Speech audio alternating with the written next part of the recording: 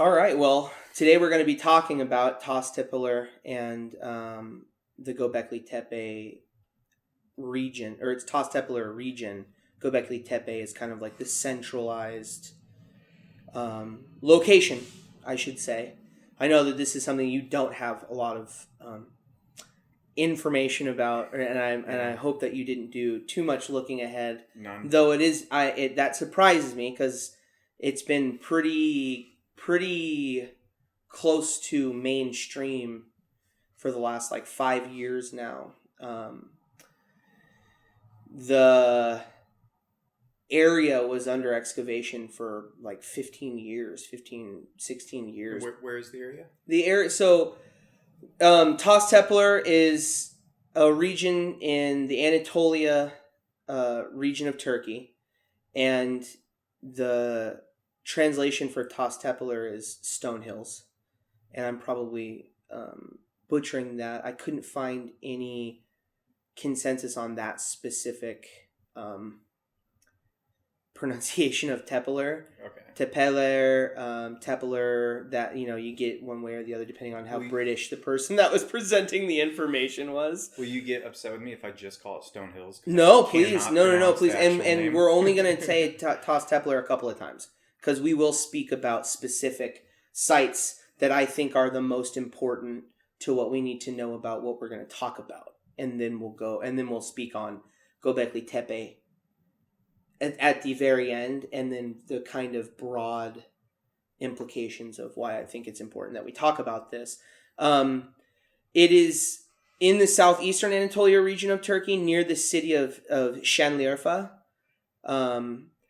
The area has a number of significant prehistoric archaeological sites, including 12 sites that have the T-shaped pillars that are distinct to Gobekli Tepe. So I feel like you might know what that is once you kind of see a picture of it. The famous kind of T-shaped pillars that come up, and they're always found in pairs in the middle, and then there's a ring in the old site, like the older sites, because there's 3 stratas that all of these sites are found in, like pre-Neolithic, like pre-pottery Neolithic A, pre-pottery Neolithic B, and then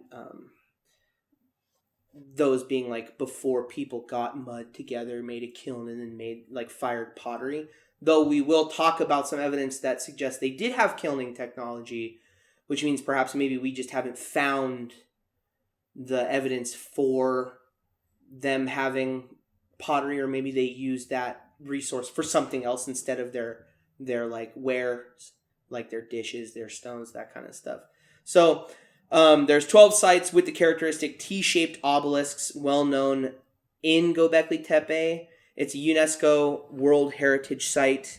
Some of the sites are Gobekli Tepe, Neveli Koris, Şanlıurfa, Yeni, Mahalle, Karahan Tepe, Hamzan Tepe, Sefer Tepe, Tosli Tepe, Kurt Tepe, Herbetseven Tepe, Seyberge, and Ayanlar Huyuk.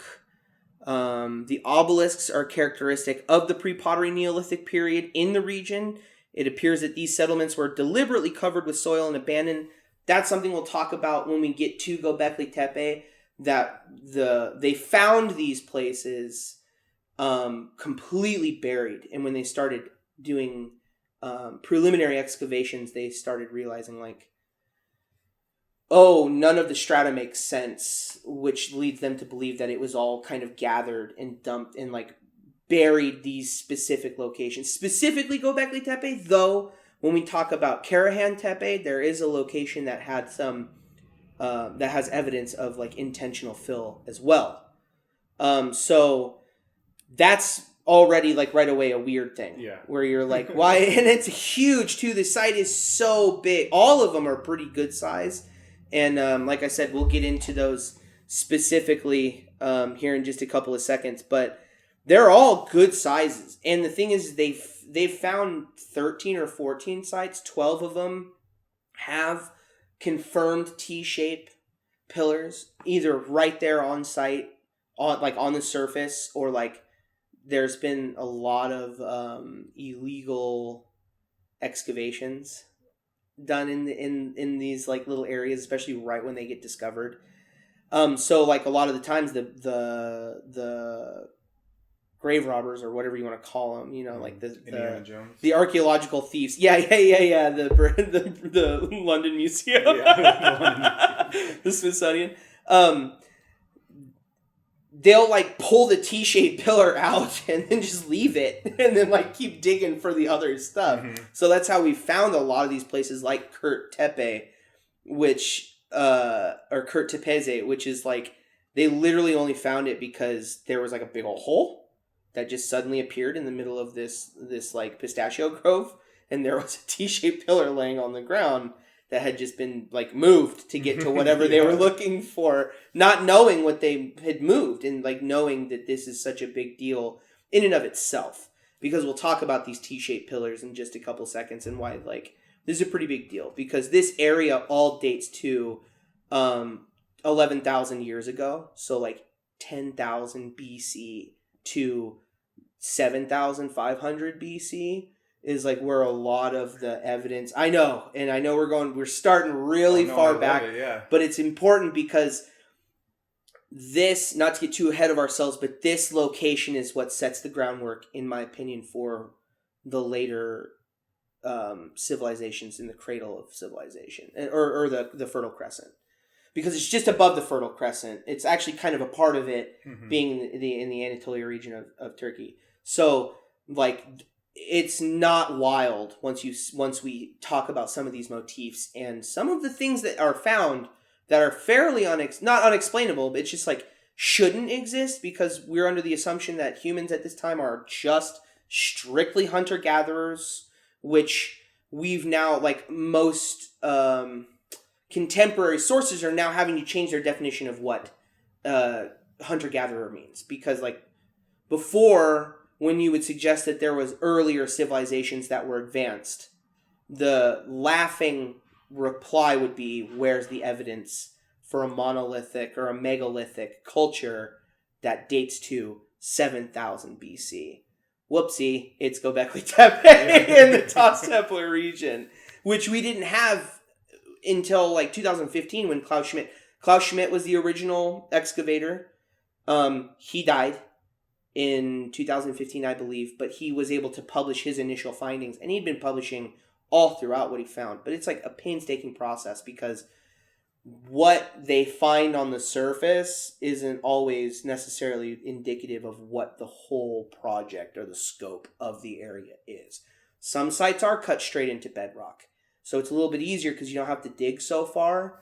But like Gobekli Tepe and Karahan Tepe, they're so big, and it's just like just their footprints alone, and we'll have throughout this whole talk we'll have graphics going up in this spot right here that are going to let you know what I'm mumbling about, and these words that you might not be familiar with.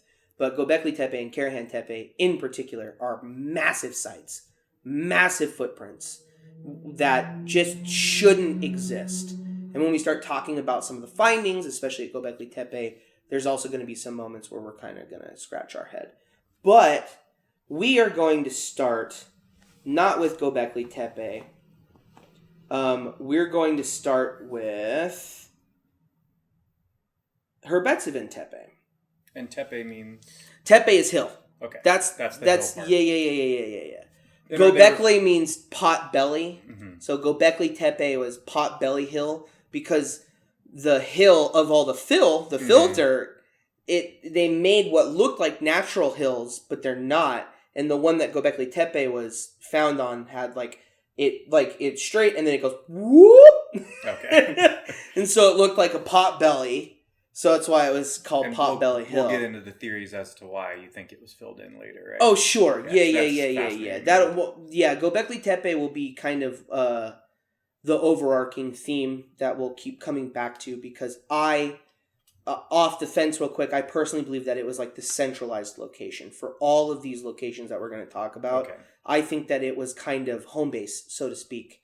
Because the area that we're talking about well, and I'll be saying a lot of kilometers, and I'll try my best to put that into miles perspective, but just know that 10 kilometers is 6.5 miles, essentially. Okay. So that's not that much when you think about, when you're like, oh, the distance between Gobekli Tepe and Kurt Tepeze is 24 kilometers.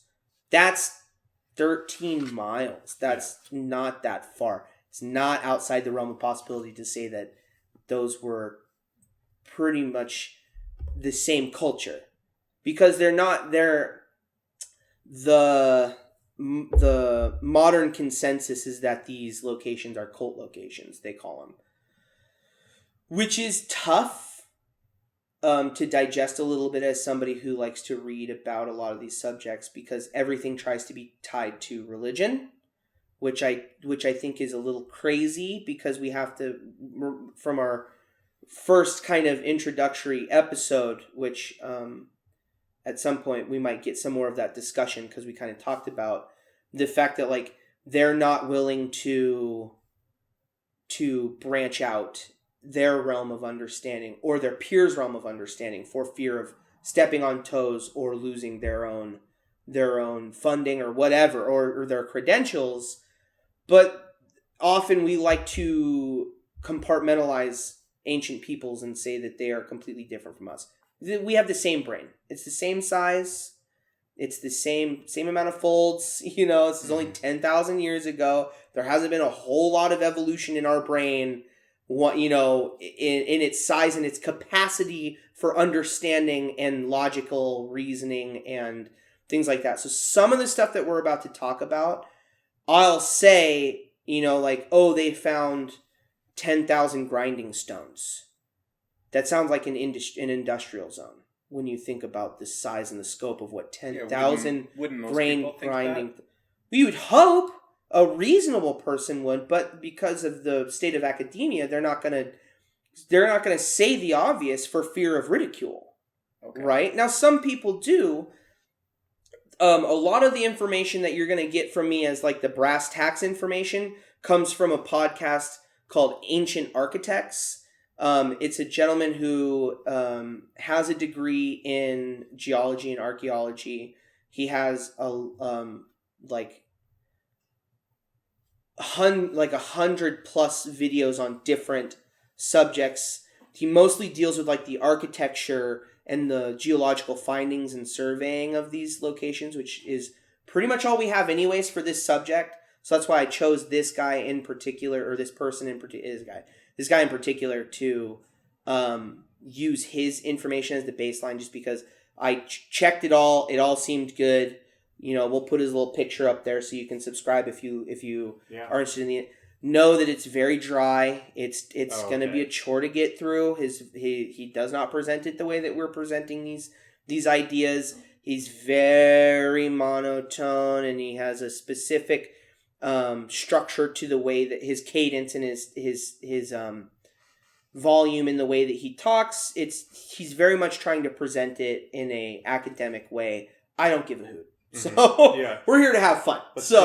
And learn about it. And shout out to Ancient Architects, because the guy had some solid info.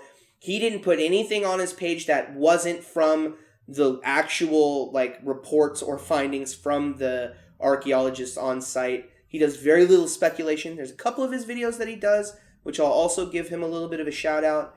That he and I kind of had the same idea for one of the sites. Which I didn't know until actually today when I was doing a little bit of like refreshing. I saw in one of his videos that he was presenting an idea that I had kind of had from seeing a location, and I thought it was really cool that he was kind of willing to let himself go there, even though the consensus isn't in that, and he's very by the book pretty much everywhere else. So it was really cool to kind of see him be like, I really think that the evidence shows this, and he's not wrong. The problem is that you're then having to say that people in, 9,000 BCE had the wherewithal and the understanding to do some of these projects, these architectural projects that are going to be, I think it's going to shock the both of you a little bit to hear some of this stuff. So I think so too. The fact that there's just, you already said that the 10,000 grinding stones. Yeah, and they're made out of basalt. That's the other crazy thing. Basalt is one of the hardest natural stone substances, 7.5 on the hardness scale, which is above, like at and above most steel. Already you're like, okay. Yeah. And then they've got these like perfect massive grinding stones that have like, or like mortars, I should say, and then these like perfectly shaped grinding stones, which I will have pictures, I promise you, that like look, they fit perfectly in your hand, and there's like different ones for different grades of grinding. So we'll get to that. Those kinds of things alone, you're like, so Herbetsvin Tepe is just 7 kilometers south of Karahan Tepe, which is like the other major location. Karahan Tepe and Gobekli Tepe are the 2 orbiting planets, so to speak. And those ones are how far apart again?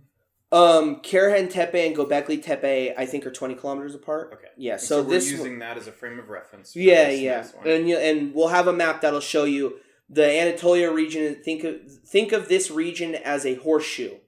There's the Şanlıurfa Plateau or valley or whatever you want to call it that's in the middle. That's in the middle like this. And then you have Gobekli Tepe up here. Karahan Tepe is a little bit over here. And then all these other surrounding sites that are around them at varied locations. Okay.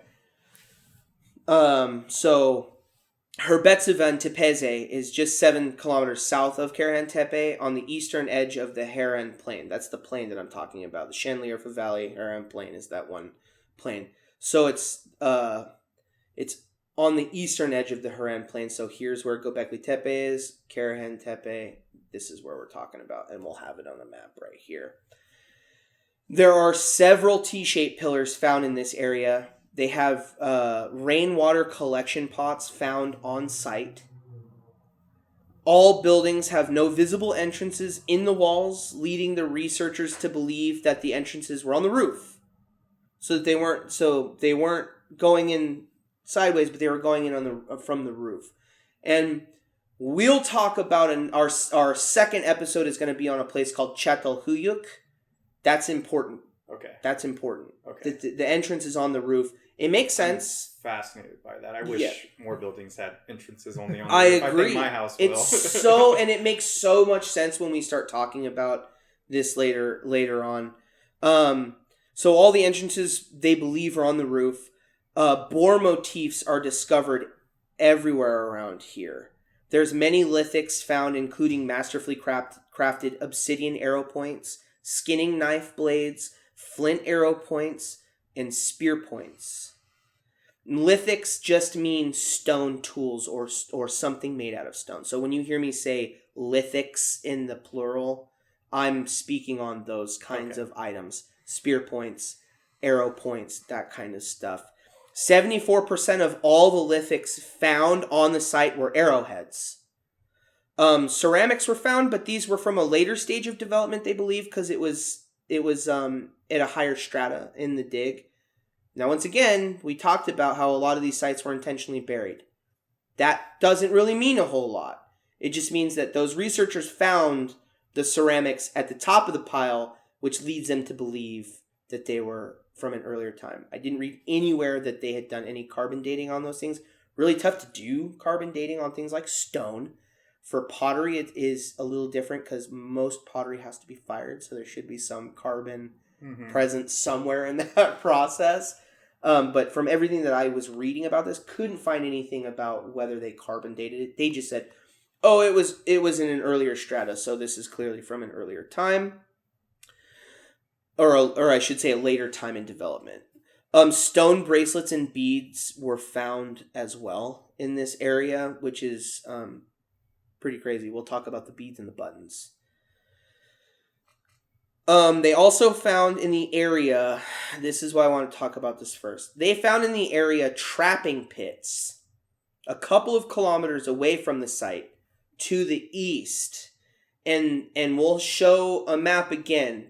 And while I'm talking, the map will be on. So they found these trapping pits to the immediate east of this site because this site is on the ridge of the plain that goes. So there's the plain that's like a very fertile plain that's to this day is used to grow olives, pistachios, and grapes and things like that, right? It's a really good sized plain.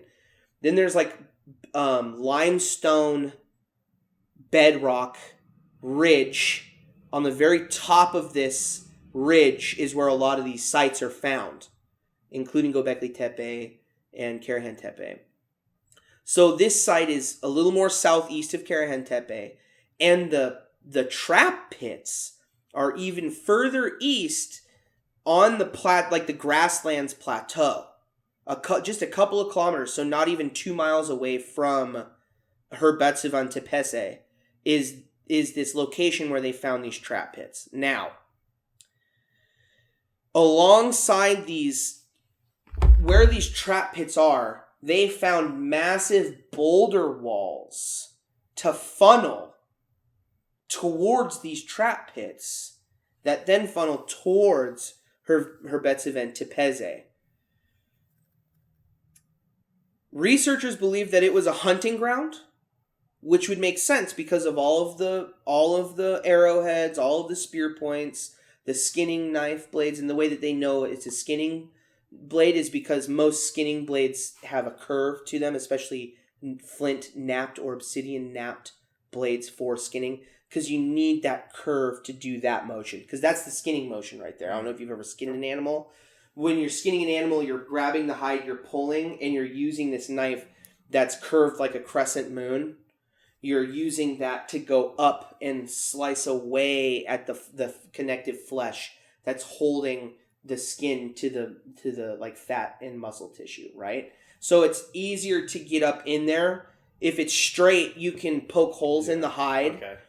or you can poke holes in the meat and cause it to bleed. Whereas with that sickle shape, you can get up in there and kind of pull away. So they found these skinning knives, they found spear points, they found arrow points, and then literally just a mile and a half away, they find this amazing sieve-shaped trapping area where they found these boulder walls. And the pits are just shallow pits for like... The gazelle is probably the most likely hunted thing in this spot. So what it most likely was the hunters would probably go out this way, make a lot of noise to funnel the animals towards the center, and then funnel them back. So they do like a toroidal shape, funnel them towards the pits. So they probably had like sharp sticks in the pits for the animals to just fall into. There you go. Pretty brilliant. How big would you say these stone walls were? They're tall. They're tall. They're like 3 meters tall. Okay. So 9 feet. And they probably were a little bit taller because you have so much erosion and stuff like that now. You know, you have 10,000, 11,000 years of wind and rain erosion. Mm-hmm. So they had these walls in a curved shape. That already, we're already talking about. These are hunter-gatherers, but that is some logic and reasoning that we're seeing displayed here that's, pretty uncharacteristic of the UGG the UGG image that we're presented. Yeah. You know what I mean? Because that also takes coordination, so we're already proving that there's some kind of language being spoken, or even if it's just hand signals or just, there's still a language that has to be used to say, I'm going to go this way, you go that way, we're going to make noise as we go up, and then we're going to come back, meet in the middle, scare them back down through. Is the general consensus among historians that they didn't have language at this point? Well, I mean, like the Neanderthal had language. Like we know that that our earliest ancestors, there's like a nerve in our tongue that's specific to language, like being able to roll your R's and all that kind of stuff. That like there's a pretty big distinction in like proto hominids and then later hominids that lead to like Homo sapiens and all that kind of stuff. So yeah, they did, but I'm just saying like there's a level of sophistication here. Like it's not just like this equals rock. Mm-hmm. Yeah. That is, you know what I mean? Like this hut, you go, you know what I mean? Like there's conveying complex ideas. It just being demonstrated in the fact that they have pit traps and a funnel wall that's leading to this spot where it's like pretty clear that this is where the hunting was done. Right. So that's That's Herbetsavan Tepeze. Herbetsavan Tepeze. Herbetsavan Tepeze. Herbetsavan Tepe. Yeah, we're close. Close. So that's the first one we're going to talk about. Yeah, that's the first site that I'm just going to reference first. We'll get to... I'm going to hit them all pretty quickly first. Okay. And then we'll get to Gobekli Tepe. That's where we'll have the open discussion, where I'll start talking. So that one, we'll call it Harvey. That's the Harvey. Yeah, there you go. That's Alpha. That's location Alpha. The second location is going to be Kurt Tepeze. Okay. And that's just 20 kilometers north of Karahan Tepe. So the first one being just like 6 miles south of Karahan Tepe. Now we're 12 miles north of Karahan Tepe. Yeah. Same side. So we're only 18 miles from between Herbetsavan Tepeze and Kurt Tepeze. This is 20 kilometers north of Karahan Tepe, located on a ridge formed by limestone plateaus, like I was discussing earlier. All of these sites are going to be very similar to that. Picture a basin, essentially. Okay. A horseshoe basin. And it's made of limestone. In the middle is where this beautiful, lush green plain is. The Haran Plain. And then you've got the plateaus above that are like the limestone plateaus, which is like high desert. Very similar to what you'd see in like the Chelan Valley of Washington State. So you have green, lush trees and the Columbia River and all these like lush mountains, and then just 8 miles to the east of that is the Channeled Scablands, which is essentially this version of the Channeled Scablands. Except it's limestone. Ours would be basalt. What our area is made out of. It's in a really awful spot for excavations because of its location in relation to the ridge line, and also there's like a massive electrical pylon like just on top of the middle of the site. Oh, really? Yes. It's like just right smack dab in the middle. This is one of the places I was talking about earlier where they would have had no idea it existed had there not been looters that just like left a T-shaped pillar on as they were digging for something. And like somebody would just walk around there like, hey, wait a minute. That's a T-shaped pillar just like over there. How large did you say the T-shaped Most of the T-shaped pillars are 3 meters tall. And then they're only most of the measurements were given to me in like centimeters and kilometers. So they're 3 to 5 meters tall. Okay. Some of the really tall ones in like Gobekli Tepe are really tall. And then they're only like 35 centimeters wide. So they're not that wide, but they're very tall. And they're T-shaped. But it's like an exaggerated, it's like a bubble letter T. It's like a bubble letter uppercase T. Okay. And is it all one rock? Yes. Okay. They're single carved. I was imagining two. No, and that's what makes it even more impressive because they're single pieces. And we'll talk about how they actually have found partially finished pillars in the area to show how they had how they chipped away at these things. It's pretty brilliant. And we'll talk about that when we hit the Gobekli Tepe spot here in about 20 minutes or so in this conversation. And nothing was wasted. I'll just say that. Okay. Nothing was wasted. And we have to keep this in mind when we start talking about these locations, that there weren't really garbage pits found or anything like that.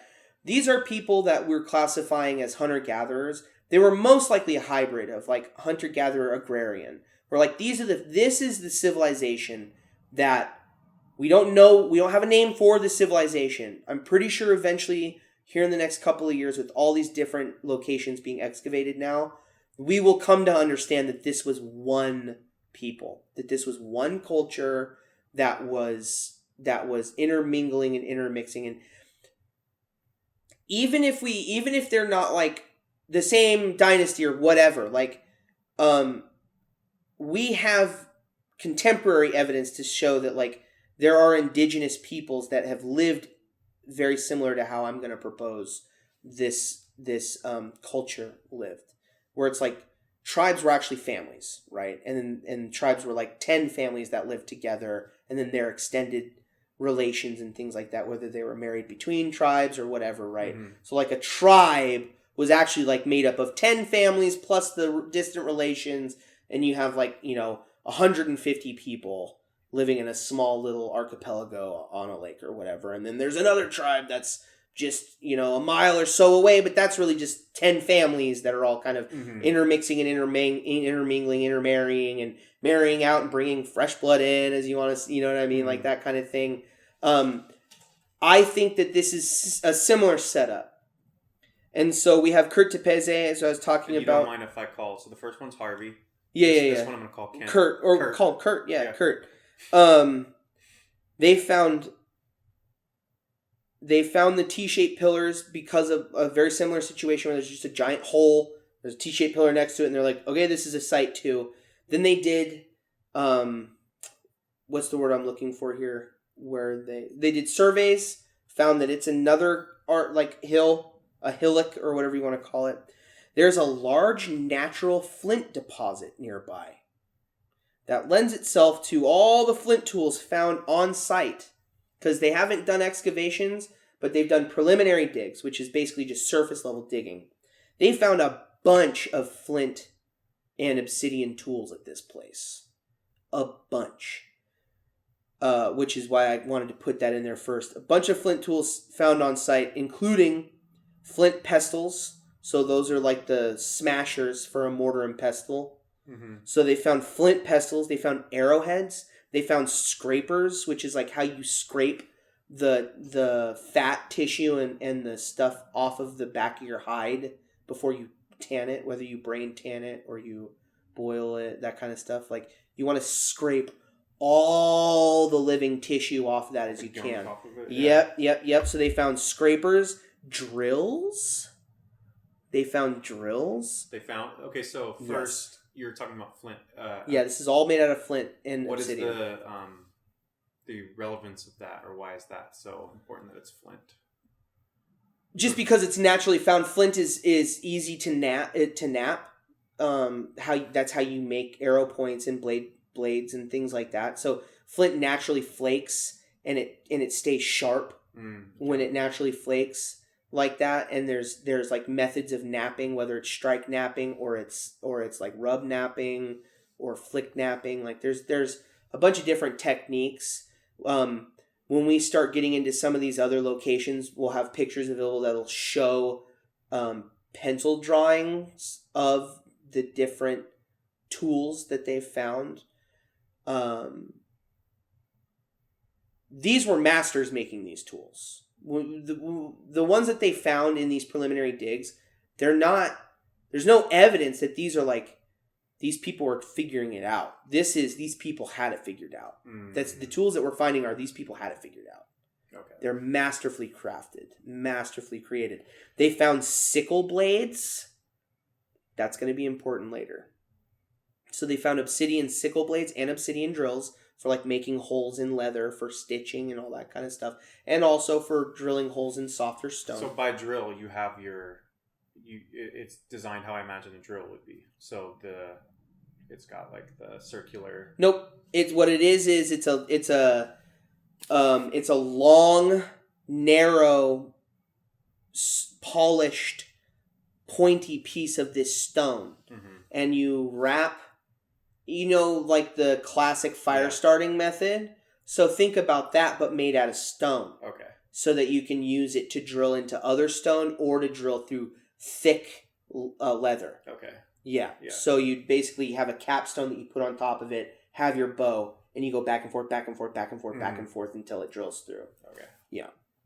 That's what they believe. Now they haven't. We just found the drill bits or the drills themselves. Yeah. We haven't really found the other methods, because why would you? This is 10,000 years ago. Why would a piece of wood still be around? Mm-hmm.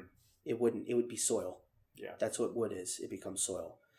The icicle blades and obsidian blades. So like hand blades, knives, short swords, essentially. Like they're 20 centimeters. I don't know how many inches that is. I guess I could Google it, but they're like 20 centimeter long blades. There will be a graphic that shows this specific location's lithics found. Okay. It will be right up here above my shoulder while I'm saying this segment. There's rectangular buildings found through satellite imaging. So there has not been an excavation done yet. Only the preliminary digs where they do surface digs to make sure, okay, there is something here. Let's keep going down. Mm-hmm. They have done satellite imaging. There's rectangular shaped buildings that they've found, like foundations that they found in this hill. That is indicative of the later stage of the Toss-Tepeler region. Or the Toss-Tepeler culture. I'll call them a culture. I'll be so bold. We'll do it. Yeah, I'll be so bold as to say the Toss-Tepeler culture. Yeah. The round structures are the original. Like, that's the oldest structures that we found, are these, like, round structures made with the T-pillars.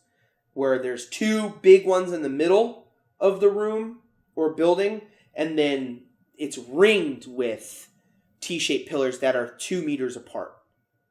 So that's how the buildings are set up. The older buildings will have a little graphic that shows the foundations. We'll actually have a picture that shows the round buildings right here, and then there will be square buildings next to it to kind of show. That is Kurt Tepeze. That's another location that is very important. That is on the north of Karahan Tepe. Remember, so that one's just north of Karahan Tepe.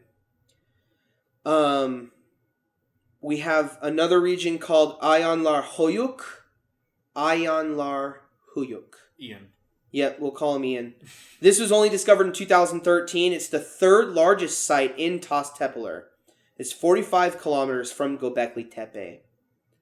We'll have a map that shows its location right up here.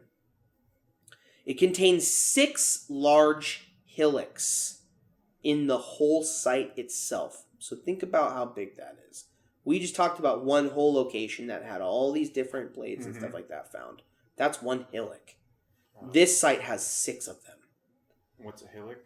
Just like a small, like a bulging hill, just like a barrow. Think of like a barrow in like England. There's a plethora of natural springs and dried creek beds found on site. So we know that this is a living location just for the fact that there's readily available water in this spot. So we're talking 45 kilometers away from Gobekli Tepe. And I believe, if just from the top of my memory, I believe this location is to the west of Gobekli Tepe. When you're looking at Gobekli Tepe, north, south, east, west, I think it's 45 kilometers to the west. That's still, once again, that's only 24 miles away. That's not very far. You could walk that in a day and a half. Mm-hmm. You could walk that in a day if you were in trouble. Yeah. You could run that in a day, no problem. The marathon's 21 miles. Yeah, no, it's... You know what I mean? Close, yeah. Or 23 miles. So that's a marathon. Mm-hmm. They found mostly limestone, but there is a large basalt outcropping just 2 kilometers east of this. So 2 kilometers closer to Gobekli Tepe. That's important because basalt is found in all of these locations. And basalt is once again, it's a tough stone to work, but it's the one that we're going to find they used the most of. Only surface findings so far. No dig has been conducted. Its incredibly impressive stone carvings include a beautiful basalt pot. We'll have pictures of all these things that I'm going to talk about. An incredible basalt pot that, knowing how hard basalt is, even if it's soft basalt, which that doesn't make sense, but even if there's soft basalt, let's just say it's a 6 on the hardness scale. That's still really freaking hard. Mm-hmm. That's still, copper ain't going to hurt it. You're going to have to basically find a stone harder than it to whack the shit out of it to make the thing that you want to find. And I'm pretty sure it's the hardest stone in the area. Yeah. So it's a lot of stone on stone. And this pot is rounded on the bottom. It's polished, round bottom. It's like, think of like this cauldron. Yeah. But bigger, right? Made out of basalt, hollowed out that way as well. And on the outside are zigzag pattern relief cut are carved into the side of it. And then there's like antelope depictions of antelope on the side of it as well. So it's decorative. Mm-hmm. So we have this incredible antelope carved pot, as well as hammers, axes, and stone chisels that we've found mostly in this location just from the surface findings. Once again, 2013 was when this was found. What's been going on since 2014? A lot of unrest in that area. So yeah, a lot of these locations have had to be put on hold for their major digs. Some have continued. The major ones have continued, like Gobekli Tepe and Karahan Tepe. It's the furthest location from the Central Plain. So this is the one that's west. So the Central Plain being the Haran Plain that I'm talking about, this beautiful green fertile area. It's the furthest location from it. So that's the Ayan Lar Huyuk, who we're going to call Ian.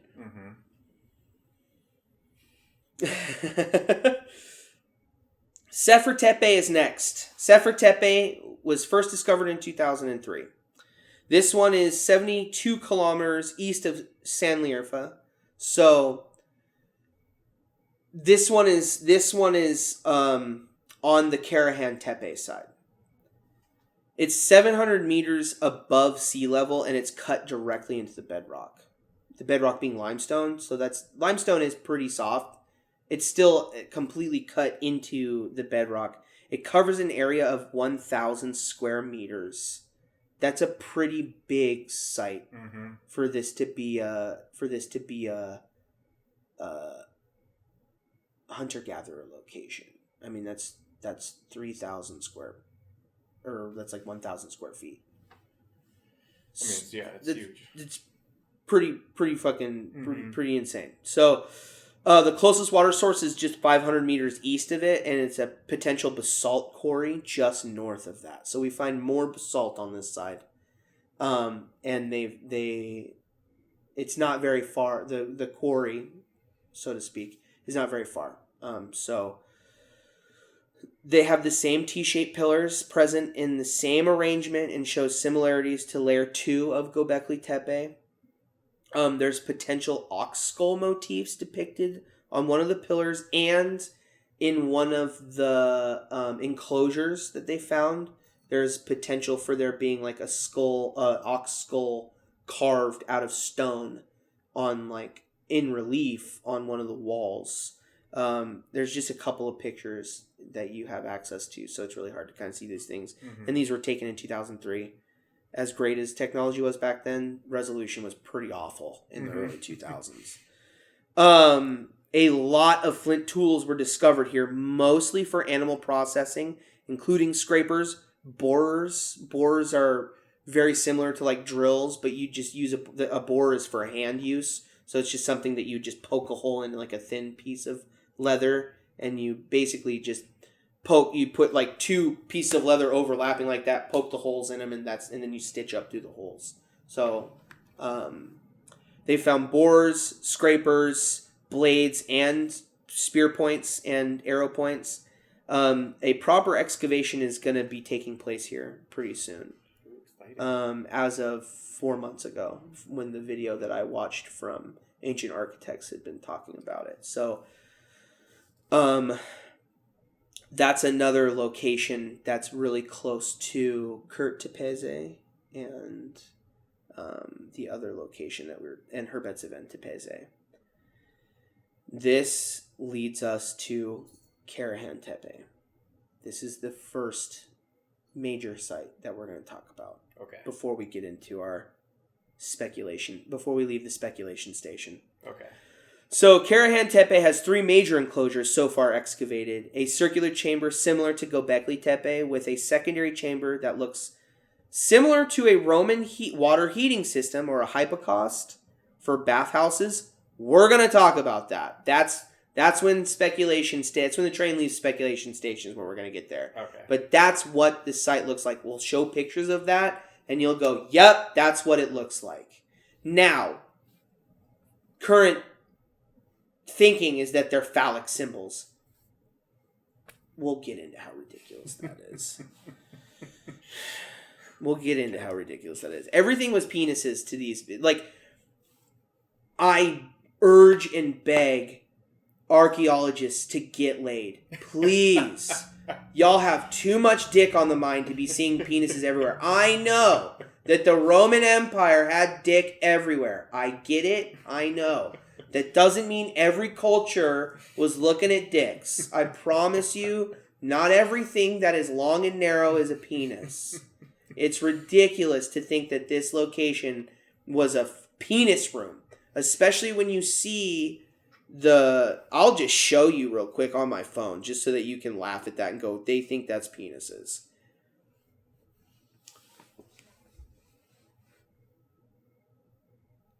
Well, I can see why. Right, because it's long and narrow. Long and right, narrow. It's long and narrow. They're like, oh, long and narrow, it's penises. That's another spot for that. They're all literally the same height. Like, yeah. Do you know what a hypocaust system is? No. How the Romans would heat their bathhouses? No. We'll talk about that. Okay. Okay, we'll get into that. That's what I like. Yeah. So there's that. There's that chamber is next to. That's the secondary chamber. That's the chamber A. So there's chamber A. Then there's chamber AA. That's the one that's got the penises on the floor. Mm-hmm. And then there's chamber AB, which is right next to it. And there's this weird little channel that's cut between AA and AB that goes off to the side. Now, we're going to have these pictures showing on the wall here. It looks like that channel is the water feed. That's what fed the water into this hypocaust system, this water heating system. And chamber AB looks like a bathhouse. This is what this looks like. So Karahan Tepe is one of those locations that they say is a cult location. They speculate that it's a ceremony location. That this is where they think that Gobekli Tepe. At first, they thought that Gobekli Tepe was a ceremony location. Mm-hmm. That this is where, this was a religious site because they found a lot of bones. I ever heard about it. It would have been 6 years ago, and it was the early bone cult, right? They called it a bone cult. That's all I know. Or a skull cult. Yeah. Things like that. And so, which is funny because at that time, Klaus Schmidt was still alive, and he was the main excavator, and that guy was like, it's a school. He kept saying, like, this looks like a school to me. This doesn't look like a temple. This looks like an education center. We'll talk about why for Gobekli Tepe. But Karahan Tepe, in my opinion, was most likely the bathhouse. This is like where you would go, because it's, once again, this is maybe 7 miles away from Gobekli Tepe. Maybe. Okay. So that's a walk. That's like a couple hour walk. Mm-hmm. Gonna go bathe, right? Now we know that a lot of these we know that ancient cultures that figured it out, that stuck around for a long time, one of the things that they figured out early on was sanitation and hygiene, right? That's probably the thing that let the Roman Empire go as far as it went, was the fact that they had aqueduct systems and bathhouses everywhere. When I think of the term civilization, that's the only defining feature I can think to define what a modern civilization is that irrigation and So this location at Karahan Tepe has the chamber AA, has those what I think they are. So a hypocaust system, how they heated their bathhouses, how they heated it was that they built a hollow chamber underneath the chamber that held the water. And they started a fire on the outside of it that all the hot air would lead into through fluting. They had fluted chimneys, small chimneys, that would pull the air that way. Mm-hmm. And on top of that would be their chamber that held the water. That would be the bathhouse itself. Okay. And so that heated air would not only ambiently heat the chamber, but also heat the water. And we see in this location, you're going to see the main chamber, chamber A, which I think was like the ritual spot. If we're going to say there was a ritual spot, we'll say that's the ritual spot. That's where you'd go to cleanse yourself spiritually before you cleanse yourself physically. Because whether you believe in magic, and we talked about this in the last podcast that we filmed that hasn't been released, that may not be released or might be released. Whether or not you believe in magic or faith or any of these like magic systems or faith belief systems isn't really the point. The point is that they did. Mm-hmm. The point is that they believed in these things. There many times the Romans did not go to battle when it would have been favorable to them, catching the enemy off guard because the organs weren't right. Mm-hmm. You know, because they cut open a rabbit and looked at the rabbit's liver, and that liver said, "Don't attack today." Mm-hmm. so they didn't, right? Yeah. They had a numbers advantage, they had a location advantage, they had every strategical advantage, but that rabbit liver said no. So they're like, "Nah, can't do it today." Or it's a dove liver, so they're like, "Jupiter said we can't do it today, guys.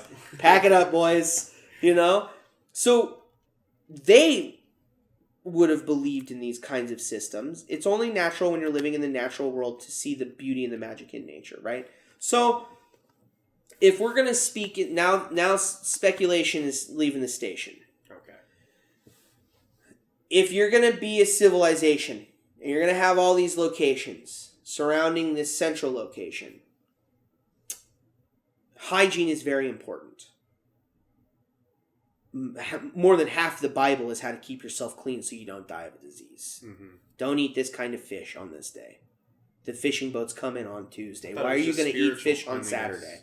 Don't eat shellfish on Saturday. The fishing boats come in on Monday. Mm-hmm. You know what I mean? Like that kind of stuff, right? Yeah. Don't eat pork. Yeah.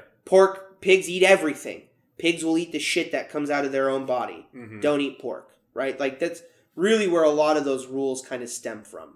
Makes sense. Don't put it in somebody's butt because you're going to give them a disease when you put it in their vagina. Yeah. Right? Like. Oh, I thought it was just spiritual purity.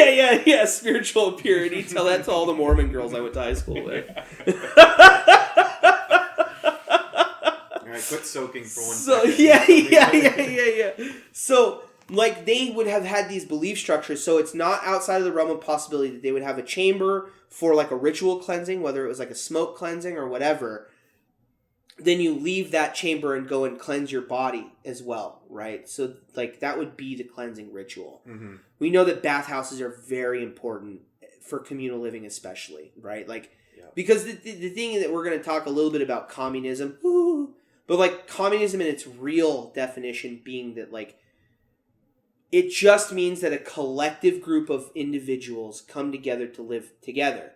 It doesn't mean that, like, hey, your grain's now my grain. Mm-hmm. What it means is that you put all the grain in one spot, and, like, you need 10 grams of the grain today. I need 7 grams of the grain today. We're all going to put... You grew the grain. Well, I made these awesome clothes. You can have shoes if you put the grain inside the house, right? Like, that's what it's about. Yeah. Nobody goes without. Everybody works for the common good kind of a thing, right? Like, not really speaking about a governmental system here. We're just speaking about how to survive as a collective group. Mm-hmm. That's essentially what they become. Most or all hunter-gatherer societies, tribal societies, all these things are egalitarian.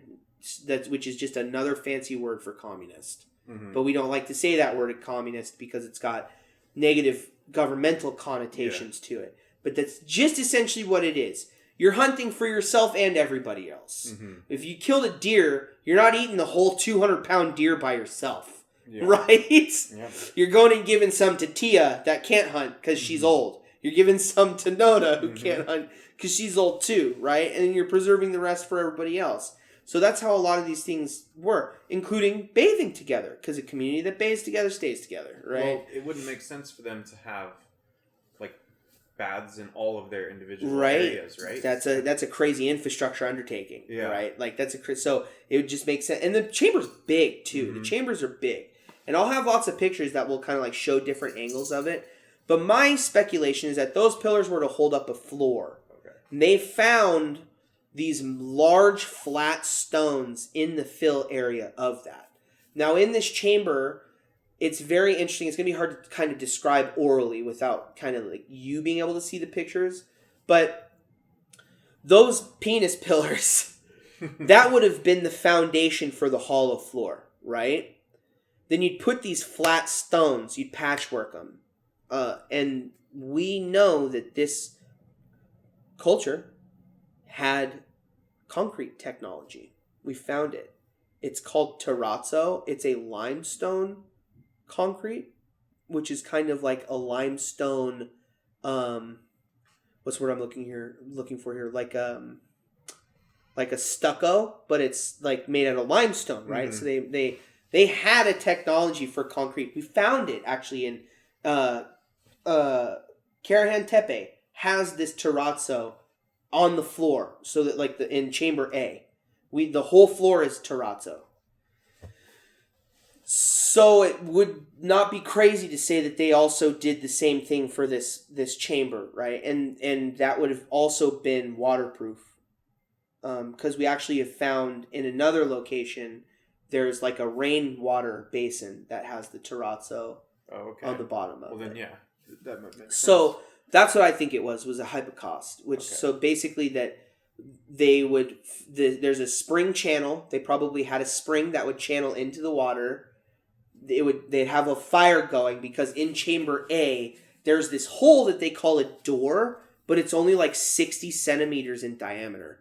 That's very small. Mm-hmm. Even if they're tiny people, you're still squeezing in there. Mm-hmm. So I personally believe, and so does actually this is one of the cool videos that you can watch on Ancient Architects, that this is the thing that I was talking about, where like when I first saw the pictures of it, I was like, that's a hypocaust. Because I know about the Roman empires and all that kind of stuff.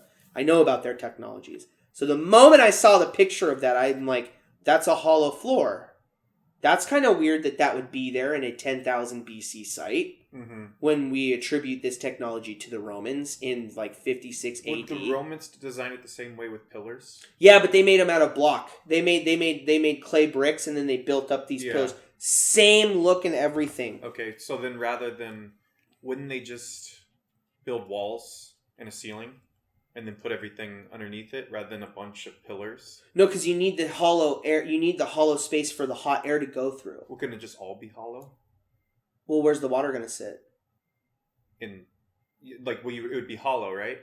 And then it would have a roof over it. Or were they not creating like... I'm going to show you a Roman hypocaust. So this is a Roman hypocaust. Oh, there you go. That's a better one. Oh, okay. So the water goes on top, right? The water goes on top. Yeah. That's where the fire would have been built on the outside, and the hot air gets pulled through the hollow chamber. Now that you're seeing this, you're going, that's exactly what that looks like, right? What are they saying it is? What are they? The penis, they're penis motifs, right? Like isn't that in the ground underneath? Those are carved out of the basalt. Or not the basalt, the limestone. Like, why? That's the other thing. So the ones that are at Karahan Tepe, those aren't built like that. They're not stone stacked on top of each other. They're literally carved out of the bedrock. Penises? Are you kidding me? Yeah. Like, please, get laid, archaeologists. Get the dick off the mind, please, so that not everything looks like a penis. When you're walking around with a hammer, everything looks like a nail. Get nailed, please. Like, I know please get nailed. Other cultures might seem weird to us, but...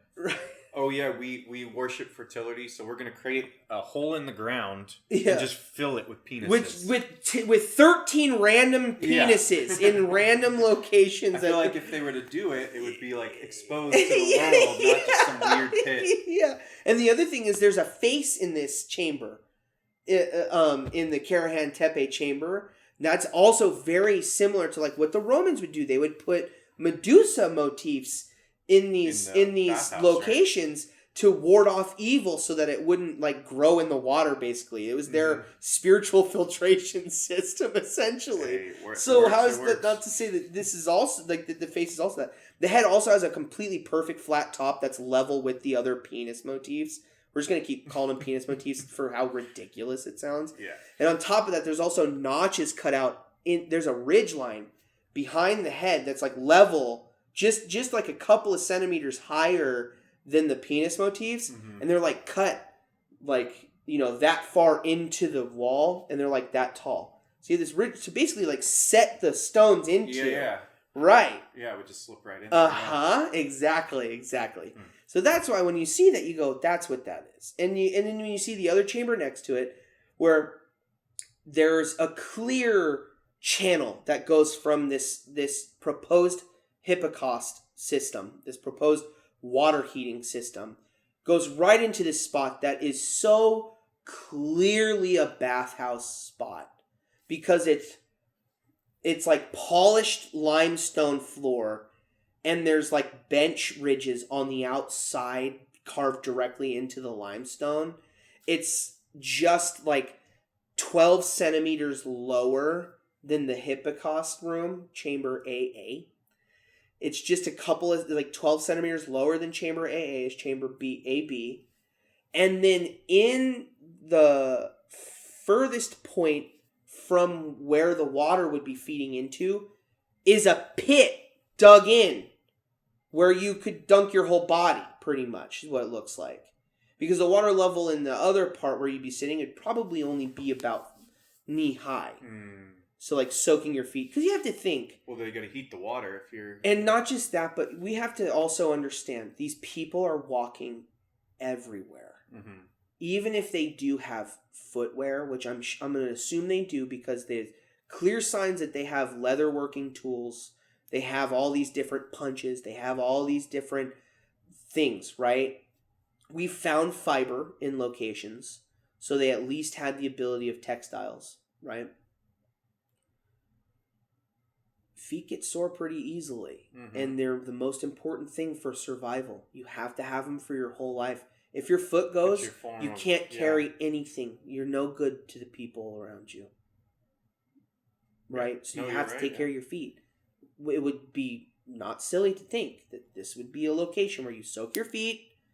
You know, you go through the whole process of cleaning yourself, and then everybody takes a turn to go to the pit, and there's like a little so it's dug straight into the spot. There's like ground like this, and there's just a pit hole right there, dug straight down, and there's like a spot that you can sit and kind of like dangle your feet in the hole before you jump in type location. Right there.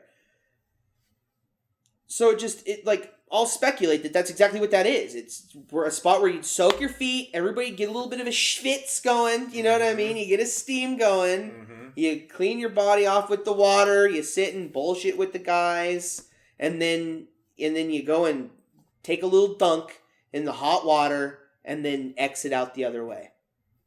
So it's a little it's vacation spot. It's a little spa for the boys, you know. Yeah. We've been grinding, we've been killing animals. Let's go to the spa, boys. I just think it's where people probably went and bathed like once a week. I'm not gonna now we're clearly in full speculation mode, like with no evidence to show it, but probably a spot where like the different spot people would go. You know, one day a week is their day to go and go through this ritual bathing and ritual cleansing. Take care of yourself. So is there evidence found of like living around it? Yeah, so that's where these square rooms that I've been talking about. This is what looks to be the living quarters for the people. Okay. That these round structures are like the communal spaces, and the square structures, like the square foundation structures, seem to be where like the majority of the living and processing stuff is found. And that leads us to Gobekli Tepe.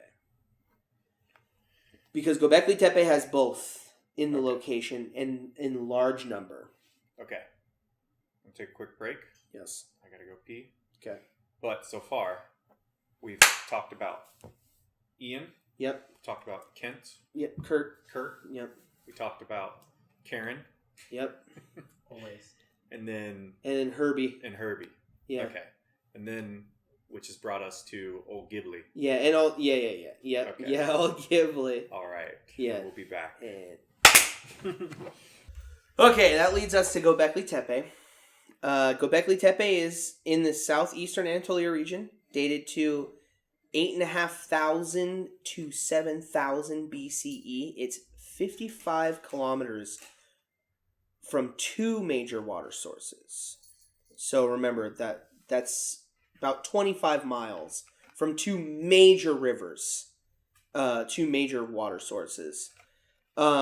up in the hills above the fertile Heron Plain / Valley that we were talking about, just east of it, only 5%, now 8% of the total site was ever uncovered and studied so far. There's been ground-penetrating radar imaging done, and it showed that there's more than 20 other enclosures yet to be excavated just on Gobekli Tepe alone. There's currently 8 excavation sites in the area as of 2022. Laura Dietrich is the current head archaeologist conducting the digs. She's the one that took over, or they're the one that Laura is the one that took over for Klaus Schmidt. Some interesting finds include expertly carved stone buttons with drill holes in them. That's where those drills come into play. There's awesome, like, they look like modern buttons. There will be a picture. It blew me away when I saw it. I was like, that can't be. This is where the 7,000 grinding stones and mortars were found. They found stone masks, large lithic storage containers that hold up to 100 liters or 27 gallons. Now, these are square containers carved out of one chunk of basalt that can hold 27 gallons. The speculation by the archaeologists themselves, Laura Dietrich, actually did a study proving that these were most likely for brewing beer. So we have beer brewing showing up in this location from 8,000 BCE. 10,000 years ago, they had the technology and the wherewithal to brew beer. We're going to put a pin in that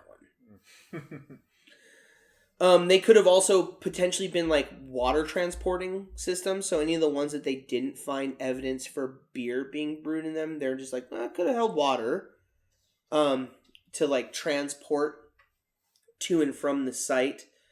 Ancient grains were found on site, including einka, which is like what we call einkorn now. Einka is it's kind of like a farro, but it's way more prolific. The yields are much higher compared to like wheat, like domestic wheat, where like wheat and barley and rye grows one headstock per plant. Einka grows like 6 heading stalks per one stalk. So imagine one wheat plant having 6 wheat heads instead of. So that's einka or einkorn. They also found pistachios and evidence for pistachios and almonds in this location. Most of the grain was ground coarsely for porridge and beer making. So the reason that we know that is because of those studies and those experiments that Laura Dietrich did that I was talking to you about earlier when we were talking about the grindstones. She started finding all these perfectly shaped grindstones, and they each had different like pores drilled into them for like different things. And she can tell now, just based on the feel in her hand, whether it was made for coarse grinding or fine grinding. Because the coarse grinding is what you need for like porridge and for beer brewing. But the fine grinding is what you use for bread baking, right? Mm-hmm. So she's found mortars and grindstones that are for both. And she conducted these experiments for months, like literally making her own by hand. And then going over and over different grinding patterns, whether it was circular, semicircular, loop-de-loop, up and down, left and right, bowed shape, like all that kind of stuff. She did the footwork and found out like, oh, this is the spot, right? This is also where they found that 8 meter by 3 meter rainwater collection basin that had the terrazzo on it. The terrazzo being the lime-based concrete. They found terrazzo floors at various surrounding sites, including Cheanu Tepeze, Navalik Chori, and Gobekli Tepe. The lime would have been kilned. You have to kiln lime in order, because you have to dehydrate it in order for it to be activated as concrete. Meaning that they would have had to take chunks of the limestone, put it in a kiln, dry it out, and then crush it up and add the ash, the volcanic ash to it, and that's what makes this terrazzo, right? That's pretty crazy. Mm-hmm. Now we're talking about kiln technology, remember? Yeah. They got to have it in order to make this terrazzo that's clearly shown and clearly evidenced to be all over the floors in these locations. So they had kiln technology somehow, but we're going to say that they couldn't, somehow they didn't figure out taking clay mm-hmm. and throwing that bad boy in that kiln, you know. They've since discovered that how they made large batches of this terrazzo, they made it in the basins of the T-shaped pillars. So like when they cut a T-shaped pillar out of the bedrock, out of the limestone, they cut it straight out of the ground in relief, and then would polish it and carve it in relief however they needed it to go. That's why all these T-shaped pillars at Gobekli Tepe have relief carvings, meaning instead of carving into the stone, they carved the leopard away so that it's in 3D relief, mm-hmm. right? So that explains the way that they carved these T-shaped pillars straight out of the ground instead of like getting a big chunk, moving the chunk, and then carving it away. They just did it straight into the ground. Well, then the space that was left over is like this round space because of the way that they had to carve it out. They would just make the terrazzo in the basin right there on site. Because you have all this limestone that's being created mm-hmm. from the chipping away. You got all these chunks of limestone.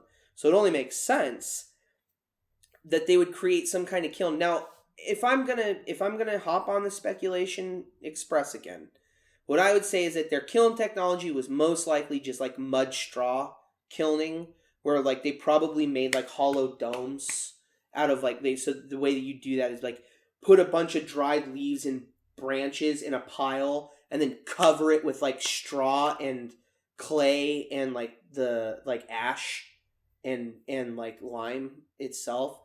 You'd cover the brush in that until it made a perfect dome shape, and then you would burn that out, and by burning the stuff that you formed it out of, that's what creates the kiln. Because it like interiorly kilns the outside dome structure. Now you have a kiln. So now you you shove all the limestone chunks inside of that, keep a fire going on the outside, put it back in there. Or what they would do is just put all the chunks of limestone in with all that stuff, then make the dome itself, burn it all. Once it's done burning and cindering, then they probably like broke the clay away and then just like put water in there with the ash and the limestone, break it all up, throw water in there, and now you've got the terrazzo. That's a very simple process. Mm-hmm. These people are making basalt containers that can hold, 27 gallons of liquid. Mm-hmm. It's probably not crazy to think that they figured that stuff out too. That they're just like, oh, hey, we can do this as well. Now at Gobekli Tepe, we're at the meat and potatoes now. In Gobekli Tepe, they have all these circular structures similar to what you saw when we talked about Karahan Tepe. We're going to show images of Gobekli Tepe. These round structures have the two central T-shaped pillars, and then every 2 meters there's another T-shaped pillar that creates these like semi-circular obloid, oblique spheroid type shape. In each of these round structures that they've found, there's different animal motifs that are present in each one of them. One of them has a lot of boar motifs in them. One of them has a lot of leopard motifs. Leopard motifs were found at Ayanlar Hoyuk. There were a lot of leopard motifs found at that one. Okay, there were a lot of boar motifs found at Kurt Tepeze and Herbetzivan Tepeze. Remember, mm-hmm. where the trapping was. There were boar motifs found at that location. There's bull motifs in one of the circular structures as well at Gobekli Tepe. In the main structure of Gobekli Tepe that they found, it's really massive. And then outside of it, in a terraced structure, very similar to what you would see at like Machu Picchu, the way that there's like the terraces and then the buildings on the side, Mm-hmm. that's where these square structures come into play. So you have the centralized ring structures, and then outside of them are these like square structures that we have. Inside Gobekli Tepe is where they found all these mortar and pestles. So they find the grinding for all the mass production of grain. This is where the factory is that we were talking about. And in fact, Laura Dietrich, she has even come out and has said just that like this is clearly a location for mass processing of these ancient grains. Now, they won't go so far as to say that these grains were being domesticated. They call them wild varieties of these grains. Really? Are we going to really say that when we see all this different evidence? You have 7,000 grindstone and mortar, sets on top of the like meat processing evidence that we found at Gobekli Tepe, like all the bones. So that would account for all the bones, right? Is that I believe that this was like the feasting location. This was the central location, Gobekli Tepe, for all these different sites to bring their goods to. Let's call it the Acropolis of Athens for their time. That's what I think Gobekli Tepe, this site was. And that each of these buildings is where these clans or these castes or these guilds, let's call them guilds, because that's essentially what they're set up and look like. You have the one guild that's Herbetziv Tepe. They're the Hunter Guild. It's pretty clear. This is where the trap is. This is where the funnel is for the game. And we found initial game processing materials here. This is where we found the skinning knives. This is where we found all that kind of stuff. And then we have Kurt Tepeze, which is just north of it. That's, it's only like 10 miles north of that. Well, that's where there was more evidence of like the real processing of the animals. That's where we found the scrapers. So not just the skinning, but this is where the scraping is happening. This is where the processing of the hides and the meat. So you're butchering the animal at this location.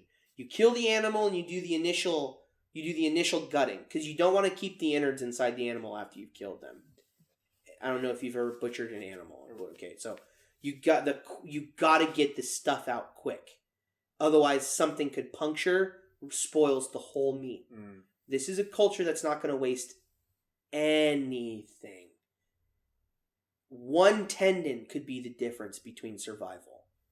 Literally one tendon. Because if they're hunters and we found arrow points, that means they had some kind of bow technology. Bowstrings are made out of sinew. Especially those ancient ones. Like, they're not going to make a grass-woven bowstring. It's going to break.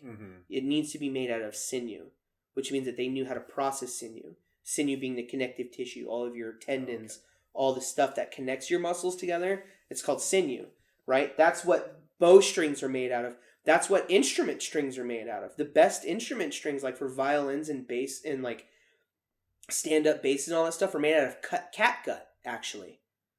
Which is, I know, kind of weird to think about, but that's literally, to this day, we still use that technology. So it wouldn't be crazy to say that Kurt Tepeze would then be, from all the things that we saw, that would be the spot where they would take the animal. It's only 6 miles away. That's not that far of a journey. That's not that far. So you take it up there, that's where it gets processed. Now you're closer to Gobekli Tepe, because you've gone up, which you have to do from Herbetziv Tepe. You have to go up and then over to Gobekli Tepe. Now you're going to Gobekli Tepe, where you have all these different things. Now we talked about those other sites on the west side of this plain, where all of the stone was found, right? So this is where the quarries are. This is where the tools were made, in my opinion. Because you have the natural flint deposits. This is where we found the sickle blades.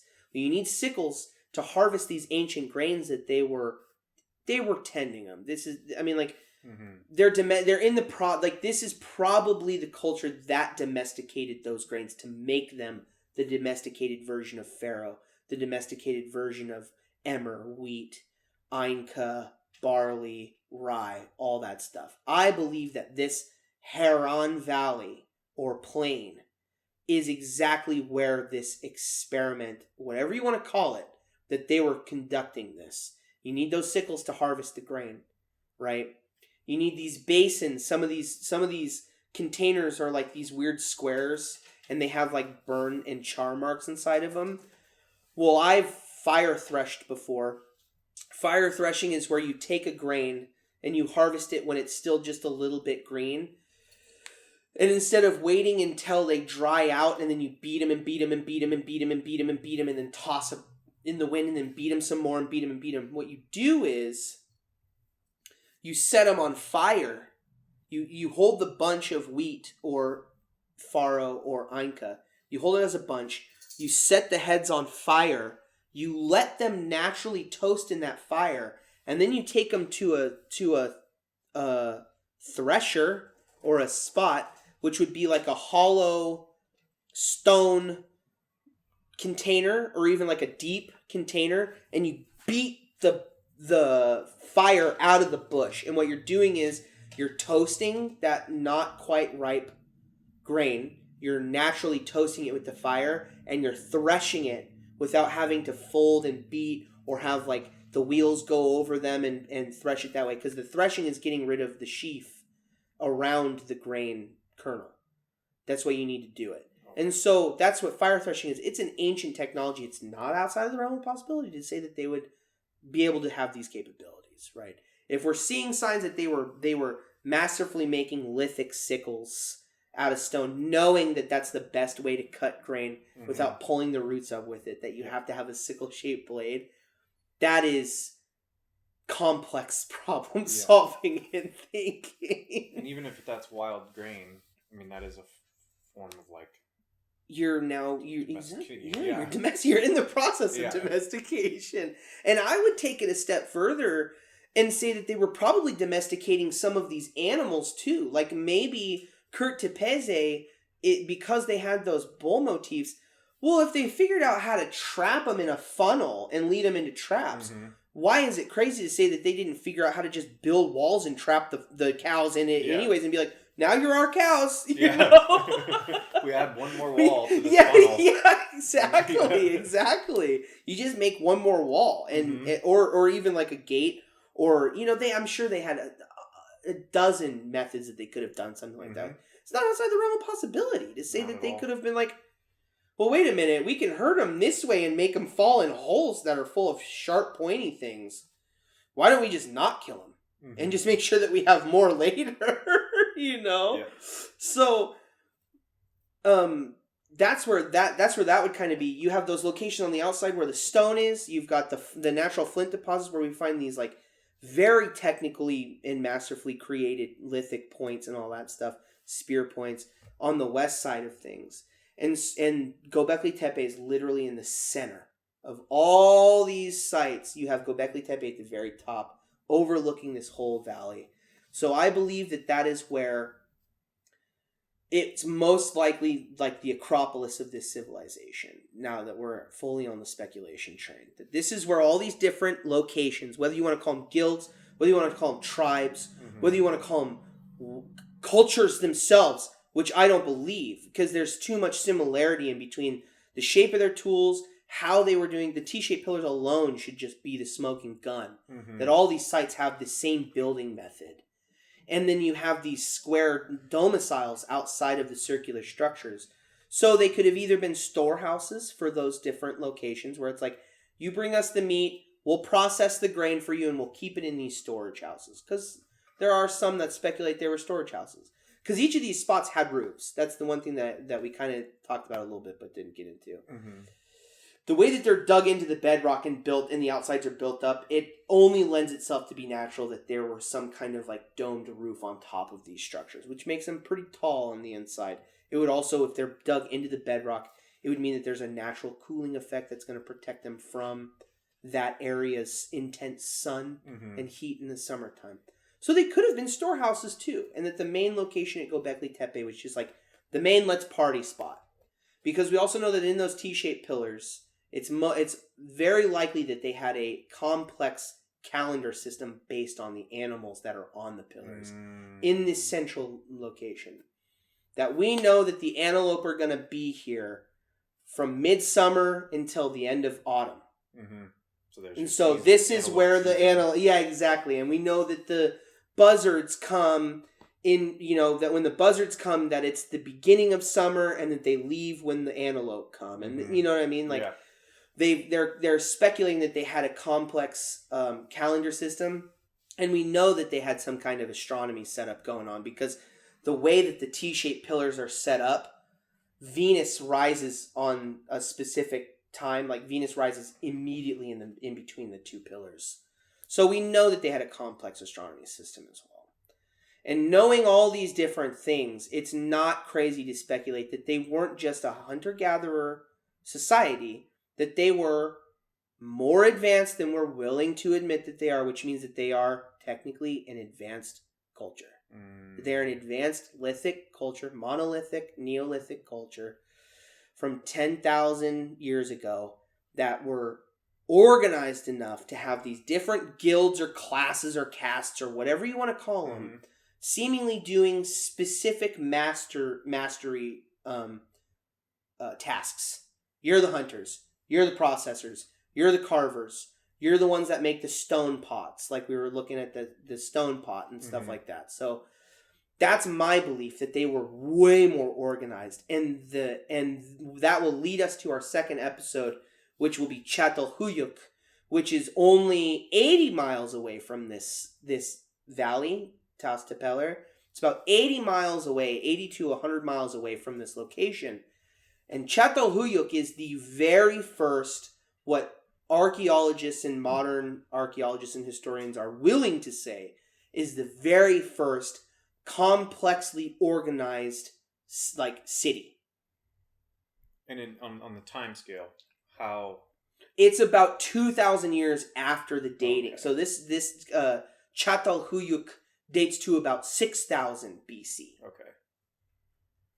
And and this is all leading to that Fertile Crescent where the Sumerian culture is. We're getting to that. That's the bullseye for this Anatolia region section or segment that we're going to be doing for the next couple of episodes. We'll end it with the Sumerians and like the Akkadians and the greater, we won't go into Persian Empire, but we will do like Sumerians and Babylonians. And we're just going to talk about them all as one separate, or like one single culture, because they essentially just borrowed from the Sumerians. Okay. They are just a different time period. So they're all kind of self-discovering, like, oh crap, look at all this great stuff we did. Let's kind of take it, like let's take it in. Yeah. Right? So we're getting closer to that spot. And that's Çatalhöyük is just 80 miles west of this Tas Tepeler region. And when we talk about that, the reason I wanted to do this episode structured the way that we did was because we're going to find a lot of these motifs and a lot of this stuff in this location, just advanced, even more so than what we're seeing in this location, which is pretty crazy to say.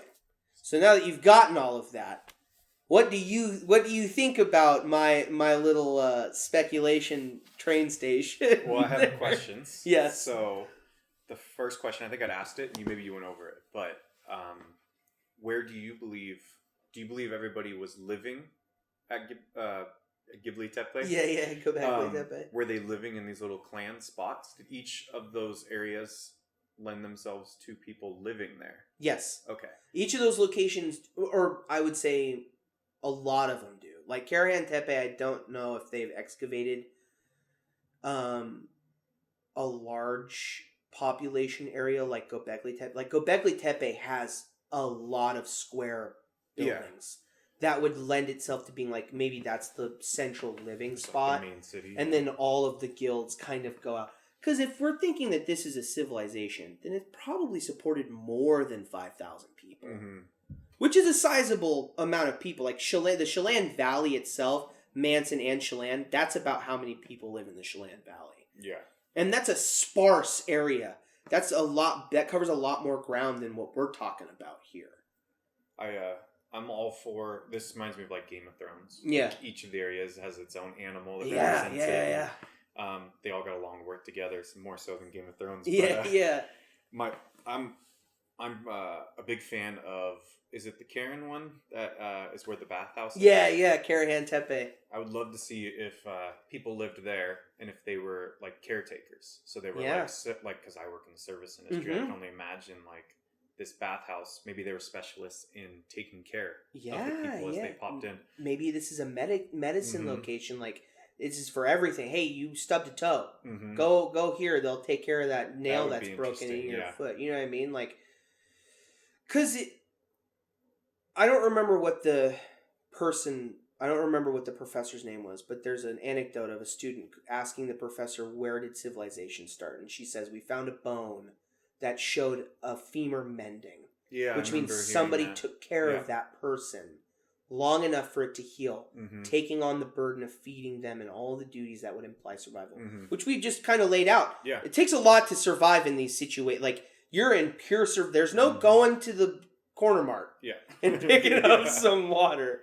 So who's to say that they didn't have a system like that already? Did we just haven't dug down? That's what's so frustrating about this, that we can only speculate, because like the process is so painstaking.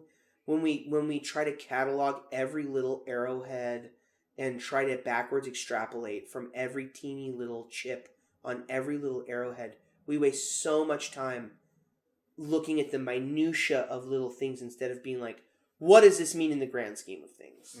You know, because like they look at the 20 kilometers and they're like, oh, it's 20 kilometers. And you're like, that's literally 12 miles. You probably walk more than that just on an average school day. Yeah, I do. You probably walk more than 12 miles. So that's literally your day in classes is how long it would have taken to get from Kurt Tepeze to Gobekli Tepe. That's it. That's not really in the grand scheme of things that much.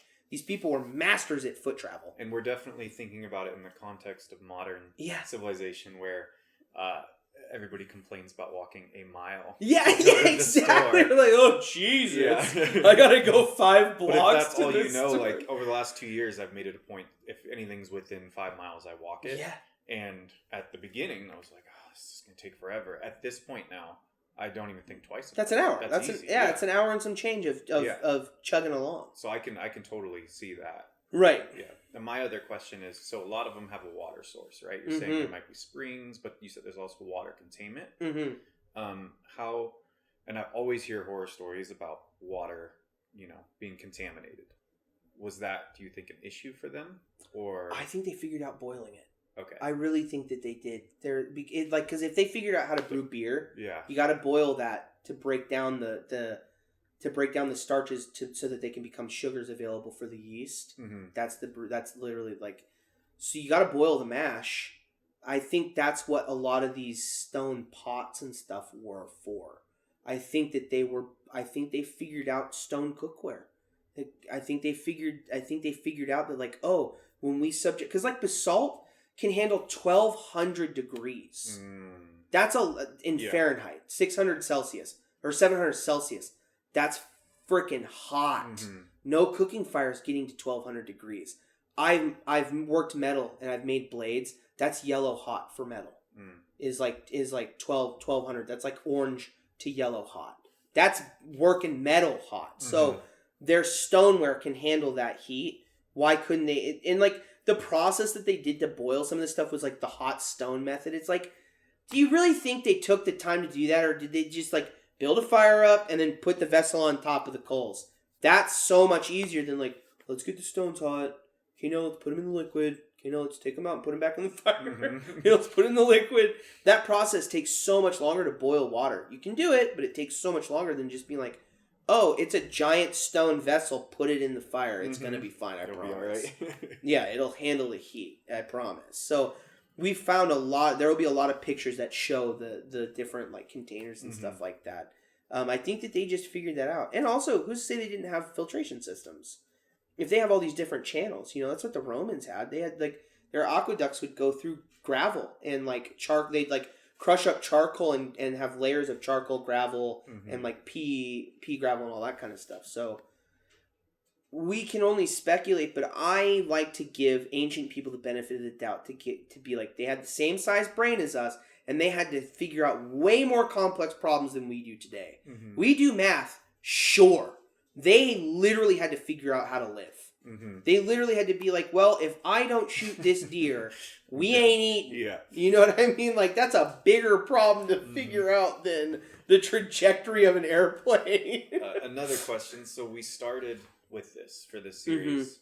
Has there been any indicator that this, like, do you have any thoughts that maybe there was a smaller or earlier version of this? Yes, I do, actually. It's funny that you asked that and you didn't even know that I had an answer for that. Yeah, because it just sounds like the natural evolution, but it sounds like we've just, like, kind of jumped. So, we can extrapolate from some of this evidence that could suggest this culture is a descendant from those of the Kostensky site in southwestern Russia, just north of the Black Sea, which is only like 160 miles away. There we go. As the crow flies north on the other side of the Black Sea. They found very similar motifs and all that kind of stuff. And that's that's getting close to like the steppe region where like the Mongolian Empire was, where the Scythians were.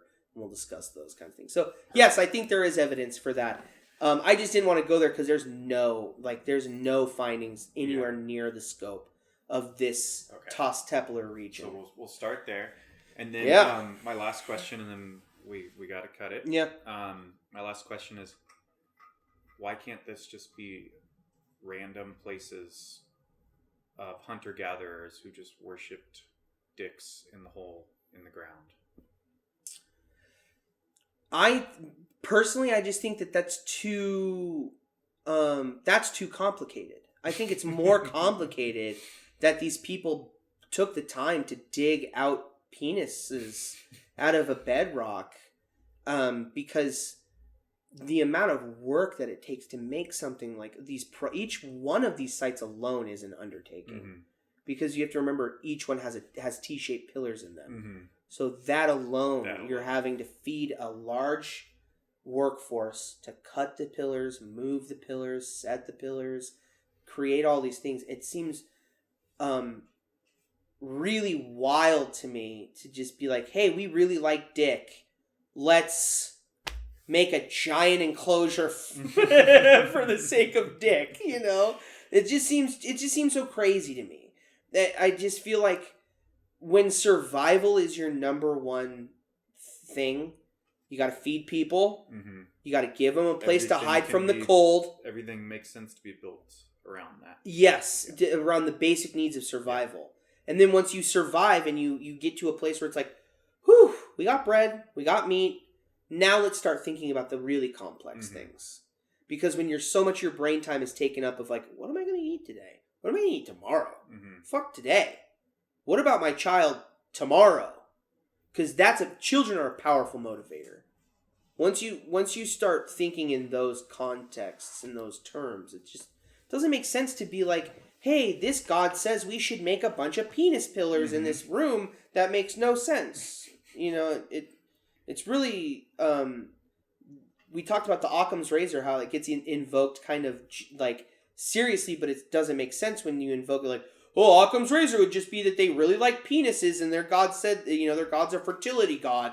And they know that, they think that the water from the sky is God's jizz that fertilizes the fields and brings them up, which is like kind of what the book, The Sacred Mushroom and the Cross by John Michael Allegro is about. He basically is like, that's what that all is. Maybe that's real crazy. Like you gotta be a cock fiend to be like. Well, I gotta say everything you presented, I lean.